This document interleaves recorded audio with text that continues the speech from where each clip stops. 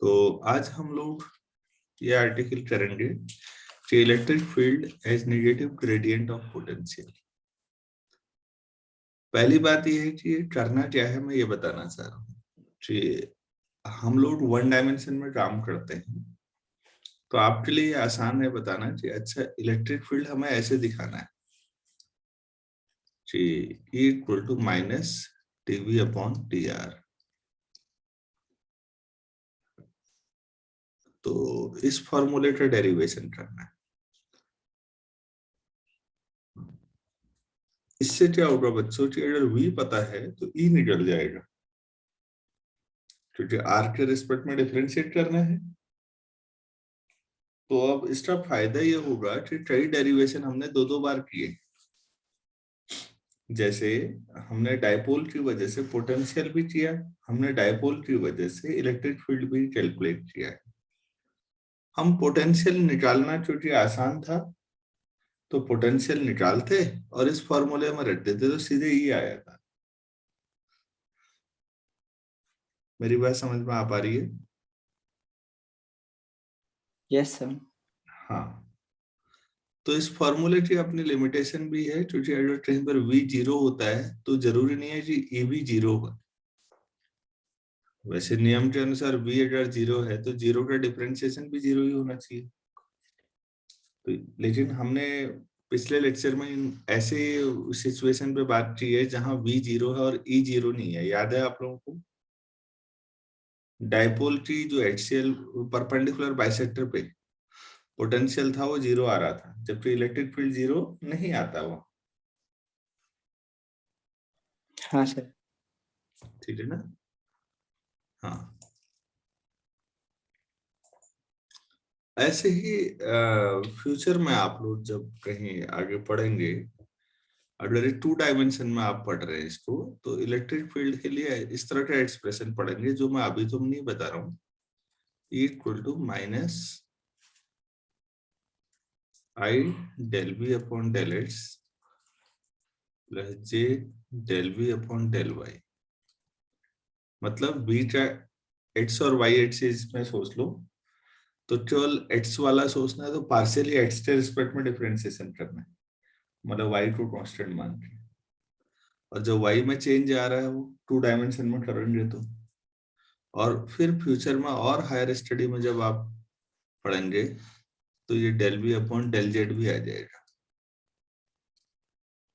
इसी को ग्रेडियंट बोलते हैं basically. I del upon del x plus J del upon del y plus k del upon del z, वी ऐसे लिख लो।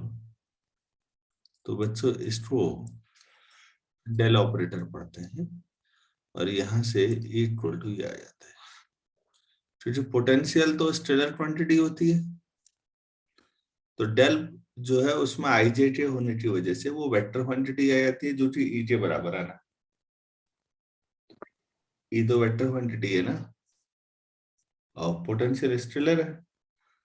तो एक स्केलर से वेक्टर कैसे निकाला जाए ये सिखा रहा है ये फॉर्मूला।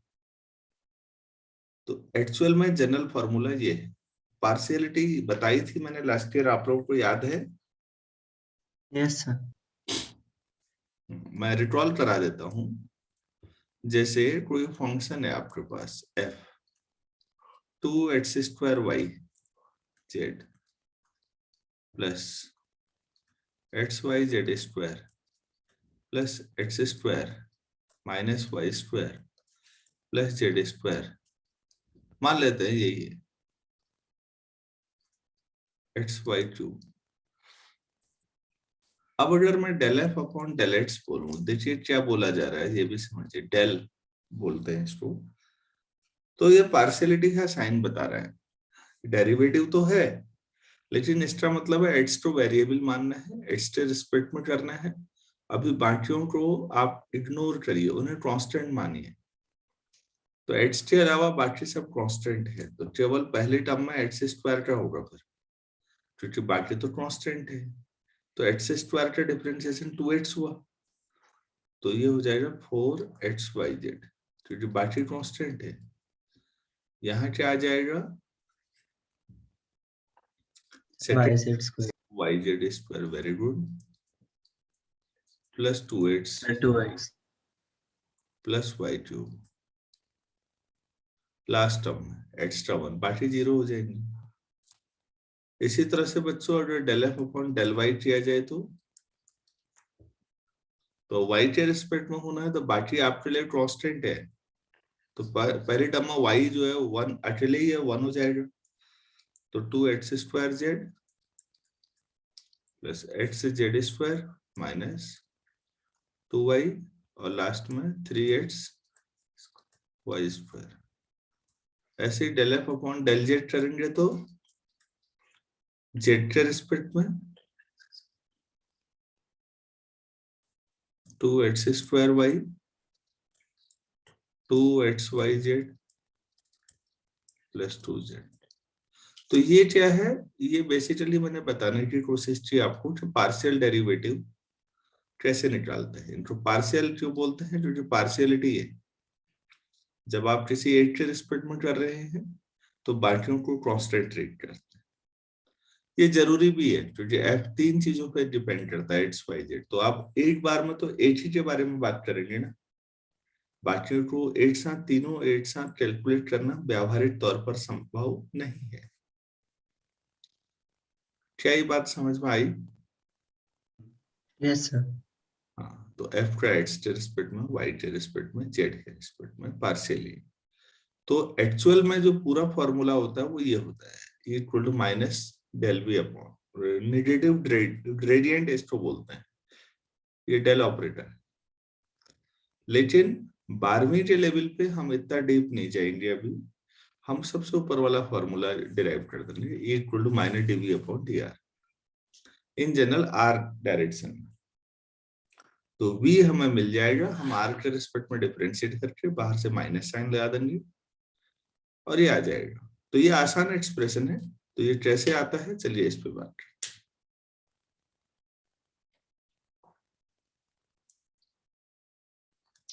हैं। ऐसा करते हैं, 1 डायमेंशन ही लेना है। तो सपोज ये हमारे पास चीज है, ये ट्रैफिक मैंने बना लिया। मान लेते हैं ये ओरिजिन है और ओरिजिन पर हमने q चार्ज रख लिया, तो जाहिर सी बात है इसकी वजह से आपका इलेक्ट्रिक फील्ड प्रोड्यूस हो जाएगा। आप इससे r दूरी पर, मान लेते हैं ये है, यहाँ पर एक पॉइंट P है और ये दूरी r है।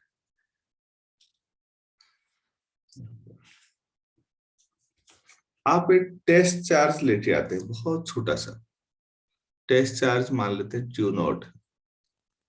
तो ये इलेक्ट्रिक फील्ड की वजह से, क्योंकि दोनों पॉजिटिव है, तो इस पर Q नॉट पर कितना फोर्स लगेगा, F equal to Q not into e, और ये बाहर को लगेगा Q नॉट इंटू ई।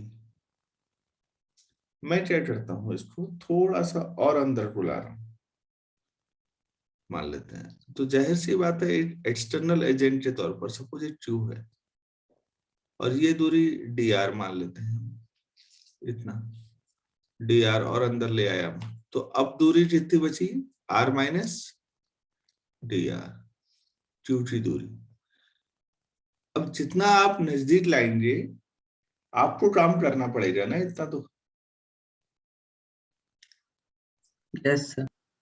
ठीक है, आपको काम करना पड़ेगा। तो dr दूरी लाने में कितना वर्क करना पड़ता है ये निकालते हैं। वर्क की वजह से पोटेंशियल निकाल सकते हैं, हमको ये पता है भाई। इतना डायग्राम इतना ही बनाना है, ये बना लीजिए, फिर लिखते हैं इसको।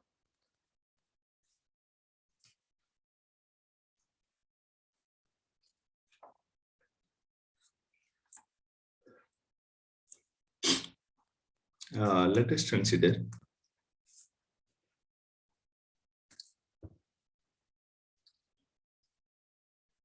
a charge plus Q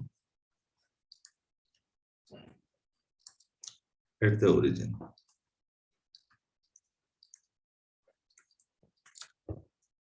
So an electric field is created around this. An electric field is created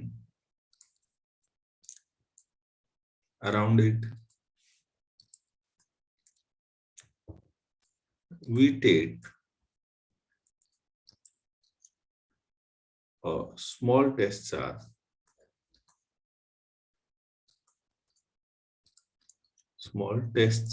बहुत छोटा सा टेस्ट चार्ज हमेशा छोटा ही होता है ना, Q not,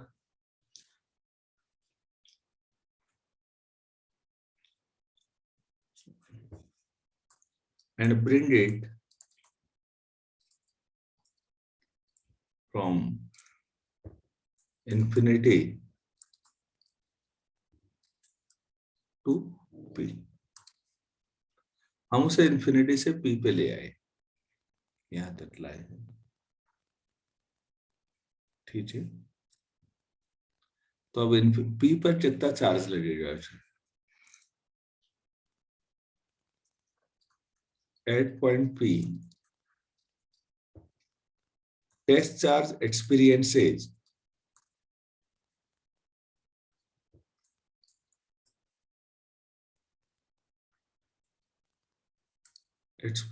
a repulsive force. तो सेम टाइप के ले लिया हमने, experiences a repulsive force कितना? Q नॉट इंटू, ऑब्वियस है रिपल्सिव है, बाहर को दूर को ही लगेगा, नजदीक को नहीं लगेगा। ये भी बता देते हैं, वेर OP दूरी R है और OQ दूरी R minus DR।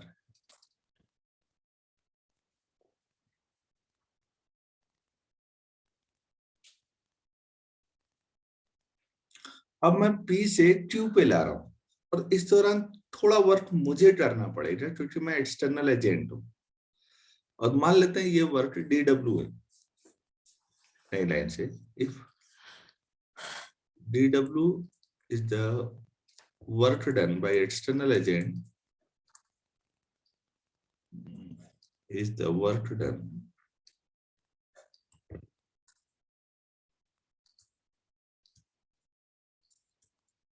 by external agent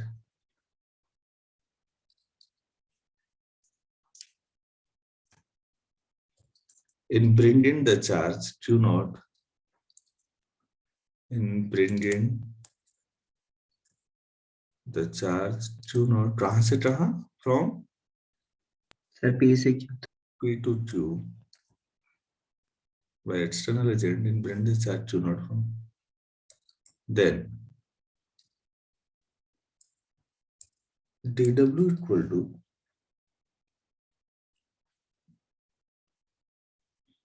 हम ऐसे चलते, dW upon Q naught equal to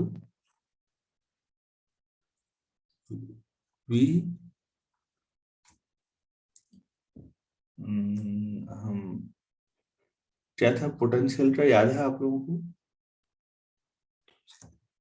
V at Q final minus initial ना, potential difference equal to work upon Q not, ऐसा था। यस तो ऐसा करिए, लेट P पर V मान लीजिए, V and V plus TV V potential cells at P and Q respectively। बच्चों ऐसा मानने की वजह क्या है ये समझिए। आप जानते हैं कहीं पर पोटेंशियल का क्या मतलब है? Work done from in bringing the charge from infinity to that point. तो पॉजिटिव हाँ चार्ज के जितना नजदीक पॉइंट लेंगे आपको ज्यादा वर्क करना पड़ेगा या नहीं? तो ज्यादा पोटेंशियल होना चाहिए, आपको लगेगा ना खुद भी ऐसा। तो हमने V और V प्लस DV इसलिए लिया है। तो फिर आप 1 में रख दीजिए, क्या हो जाएगा? TW upon Q nought V plus DV minus V तो कट जाएगा। तो ये आ गया DV equal to dw upon q nought. आप इसे क्वेश्चन नंबर 2 मान लीजिए।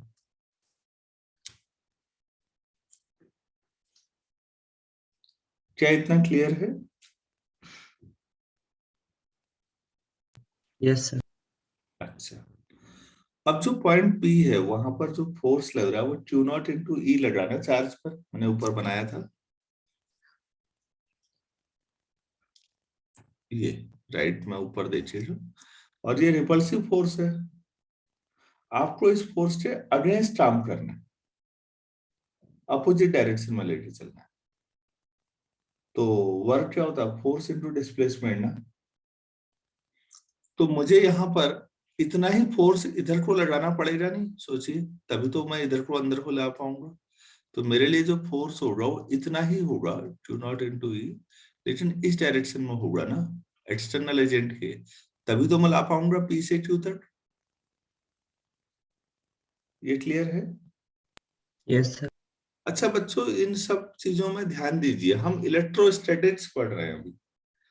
आप कहेंगे सर एक तरफ आप मूव करवा रहे हैं, फिर कहते हैं इलेक्ट्रोस्टैटिक्स है, कंसेप्चुअल क्लैरिटी भी चाहिए। तो इसके लिए मैं आपको बताना चाहूंगा कि मेरा नेट फोर्स 0 ही चल रहा होगा, देखिए तो उतना ही जितना बाहर को Q नॉट इंटू ई लगाया मैंने, ठीक उतना ही अंदर को सोचा। तो सिस्टम पर नेट फोर्स क्या होगा, 0 होगा। कहीं पर भी लिया होगा मैंने वही लिया होगा। हाँ सर। अब नेट फोर्स 0 होने पे जितना वेलोसिटी पहले थी उतनी वेलोसिटी बाद में भी होगी। तो पहले तो 0 थी, तो आप कहेंगे फिर वेलोसिटी, ये इनफाइनेटेसिमल डिस्प्लेसमेंट है और ये विदाउट एक्सेलरेशन है। कहीं भी हम एक्सेलरेशन और स्पीड का मामला नहीं लेते। मतलब ये इतना स्लो प्रोसेस है जितना स्लो पॉसिबल है कंसेप्चुअली। और क्योंकि फिजिक्स है तो थोड़ा बहुत कॉम्प्रोमाइज तो चलता है। ये सवाल भी तो पूछा जा सकता है ना। आप कहते हैं ये हाँ इलेक्ट्रोस्टैटिक है और आप मूव करवा रहे हैं P से Q तक, तो क्या जवाब देंगे, क्लियर हुआ? हाँ सर। विदाउट एक्सेलरेशन है, क्योंकि अगर आप Q नॉट इंटू ई से दुगना फोर्स लगाएंगे तो भी तो P से Q ले ही आएंगे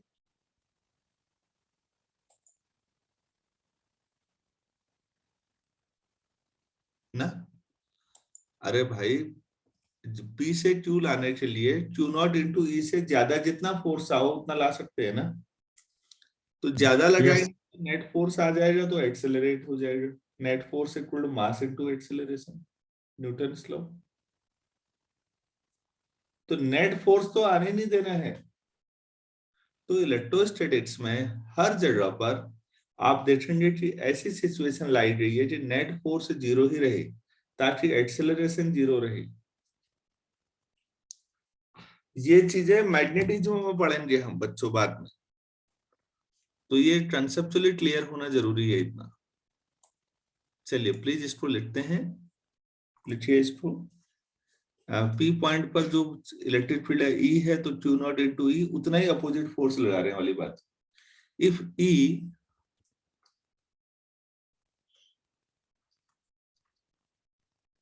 वेक्टर साइन के साथ बना लीजिए, डायरेक्शन का महत्व है यहाँ पर। Is electric field at point P,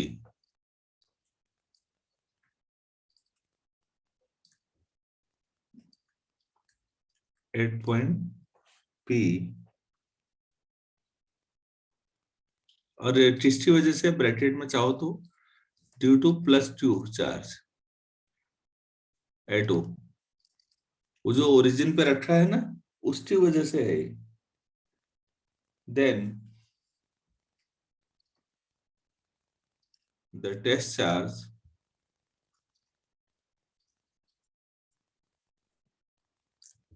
experiences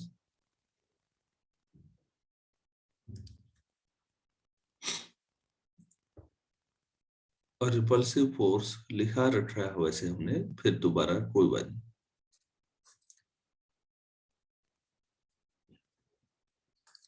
repulsive force Q naught into E, ये है। Hence एक्सटर्नल एजेंट क्या करेगा? अब एक्सटर्नल एजेंट वो हम ही है यहाँ पर, सोचिएगा। एक्सटर्नल एजेंट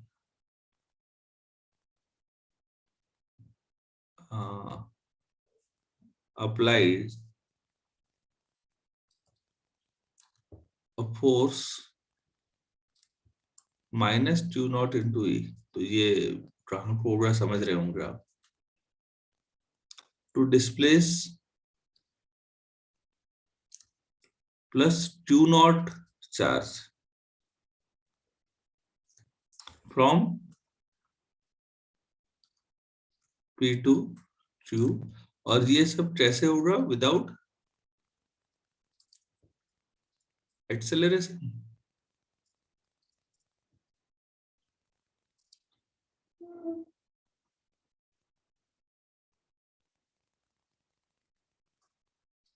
तो dw equal to f dot dr, f कितना लगा रहे हैं हम? माइनस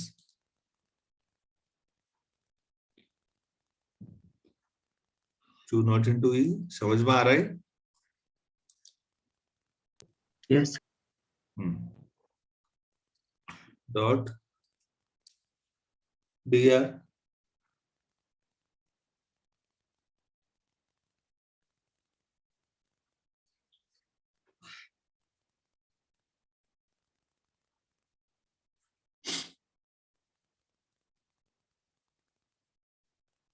और वैसे E और dr की डायरेक्शन एक ही होगी।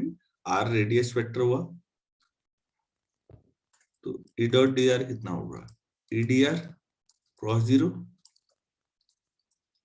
E आउटवर्ड ही है ना, तो dw कितना हो जाएगा? Minus Q not E dr numerically.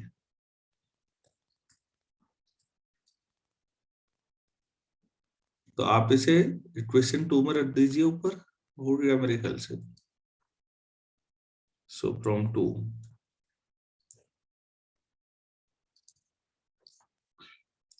dv equal to dw जो minus Q not E dr upon Q nought, Q nought से Q नॉट कैंसिल हो जाएगा, तो E इक्वल टू हो जाएगा माइनस dv अपॉन dr।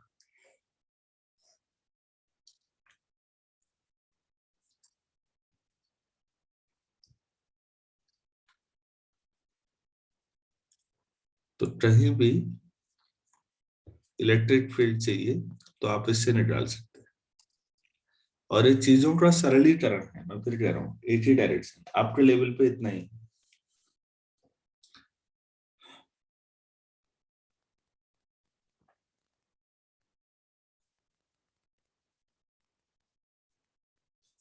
तो राइट साइड को potential gradient बोलते हैं बच्चों। क्या बोलते हैं इसको? dv अपॉन dr को पोटेंशियल ग्रेडियंट। तो ग्रेडियंट है तो r के रिस्पेक्ट में dv अपॉन dr। तो कुछ चीजें नोट करके यहाँ पर लिखी जा सकती हैं। पहला, यूनिट ऑफ पोटेंशियल ग्रेडियंट क्या हो जाएगी? sir, Newton per coulomb. Potential gradient is volt per metre.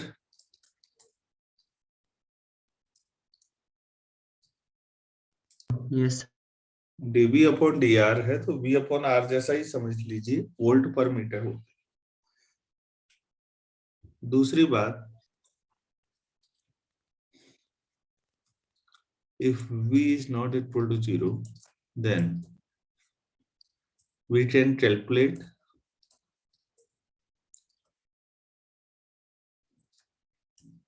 E at that point.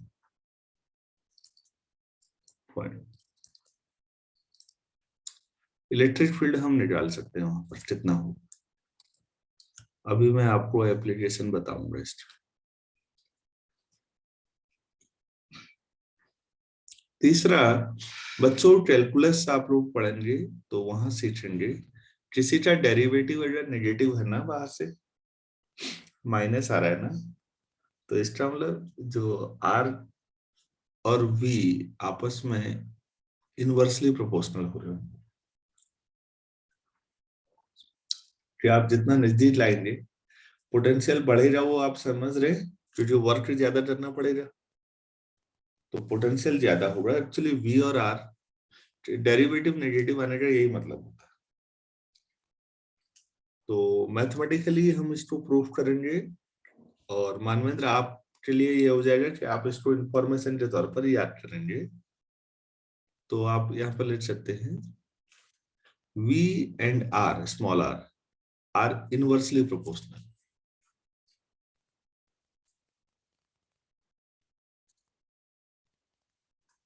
V and R are inversely proportional. इसका मतलब समझ रहे होंगे।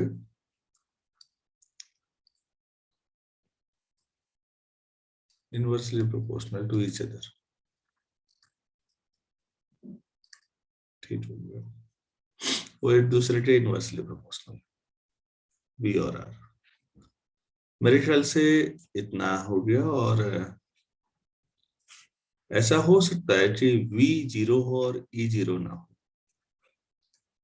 It is possible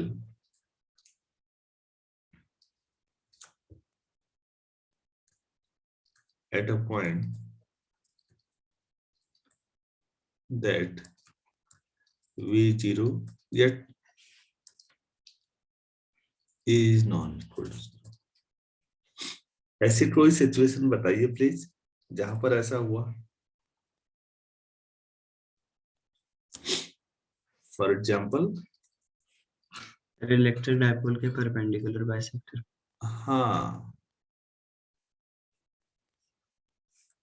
at the perpendicular bisector of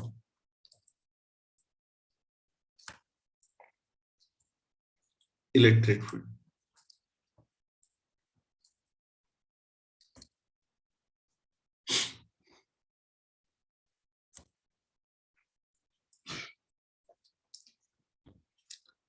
तो भाई इतना लिखना काफी हुआ फिर। अच्छा, कहीं पर अगर E 0 है तो आपने क्या कि माइनस dV अपॉन dr 0 है, तो मतलब dV अपॉन dr 0 है, तो इसका मतलब है V कांस्टेंट है। भाई V का डिफरेंशिएशन 0 है तो V क्या हो गया, जिसका डिफरेंशिएशन 0 होता है, सोचिए डिफरेंशिएशन का मतलब रेट ऑफ चेंज, तो किसी में चेंज ना हो। So with in a spherical shell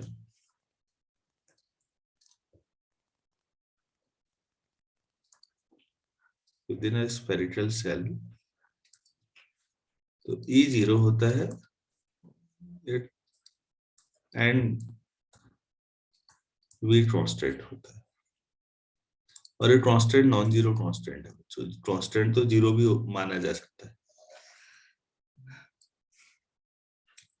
तो ये बहुत अच्छा रिजल्ट है। स्फेरिकल सेल के अंदर इलेक्ट्रिक फील्ड 0 होता है, हमने ये बात कही थी, लेकिन ये मत सोचिएगा कि पोटेंशियल भी 0 होता है।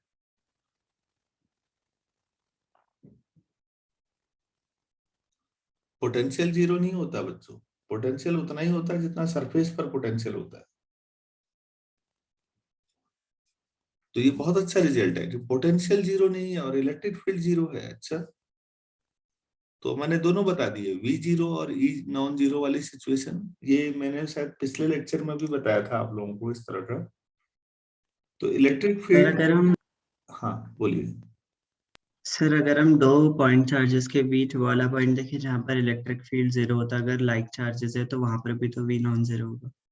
हाँ, दो चार्जेस हैं तो बीच में कहीं पर ये सिचुएशन आ जाती है कि नेट फोर्स उन पे जीरो हो जाए तो इलेक्ट्रिक फील्ड हम मानते हैं कि जीरो आ जाए, लेकिन पोटेंशियल वहां पर ऐड हो जाएंगे दोनों, मतलब प्लस माइनस जो भी अलजेब्राइकली,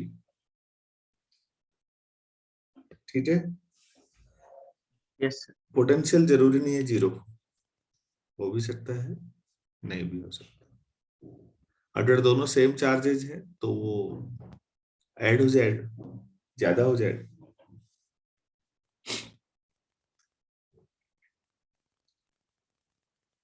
तो क्लियर हो पा रहा, नहीं हो रहा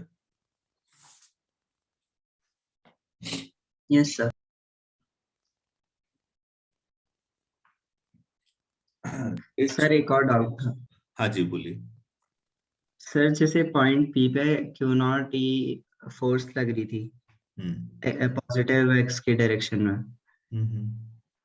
तो सर हमने उस पे minus Q not E force लगाई सर, पर उससे तो सिर्फ इक्विलिब्रियम मेंटेन हुआ ना, तो क्यू पे कैसे आया वो? हमने कहा कि ठीक उतना ही फोर्स लगाया जितना पहले था, फिर ये सारी बातें मैंने कहा ना, ये एडजस्टमेंट है। अच्छा सर, ओके। हाँ एडजस्टमेंट है, अप्रोक्सीमेटली जो उतना ही लगाया, और मैंने ये भी कहा ये इतना स्लो है जितना स्लो कंसेप्चुअली पॉसिबल है, व्यावहारिक तौर पर उतना स्लो कैसे पॉसिबल होगा। हाँ सर। तो भाई ये वाली बात थी। तो इलेक्ट्रोस्टैटिक्स में हर जगह यही कहानी है, मिलेगी आपको। तो ये इसका मतलब है कि बच्चों कंसेप्चुअल क्लैरिटी है, बस हो गया, हकीकत में ऐसा कुछ नहीं करना है। अच्छा इट्स छोटा सा न्यूमेरिकल कर देते हैं इसका। Two parallel plates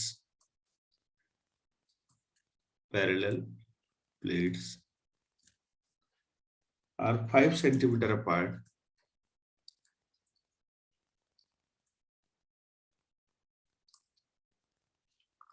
and a potential difference of 60 volt,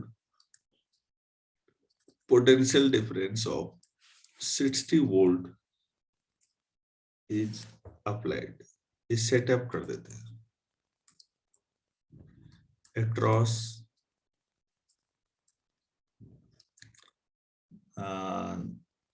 the plates, या across them। उनके एक पे प्लस 60 वोल्ट का potential setup. Find the electric field intensity, find the electric field intensity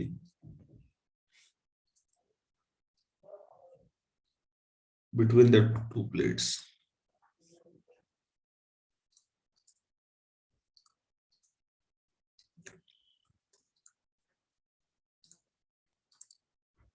तो दो पैरेलल प्लेट है, तो यहाँ पर इक्वल टू आप क्या लगा रहे थे, माइनस dV अपॉन dr। तो पोटेंशियल कितना है, सर 60।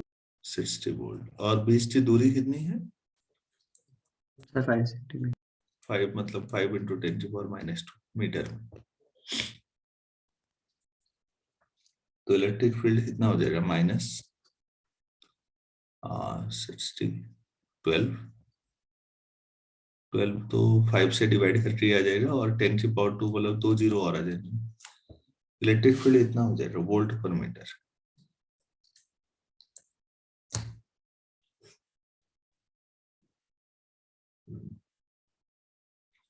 तो जहां को पोटेंशियल घटेगा उसके अपोजिट डायरेक्शन होगी। इलेक्ट्रिक फील्ड की डायरेक्शन तो प्लस से माइनस आप अपने आप ही ले लेंगे वो, ठीक है।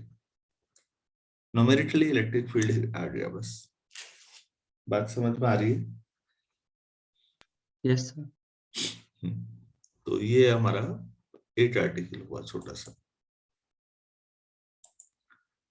चलिए ठीक है, इसको हम 5:07 हो रहे हैं, तो 5 मिनट के बाद मिलते हैं हम, 5:12 पे मिलते हैं। Thank you.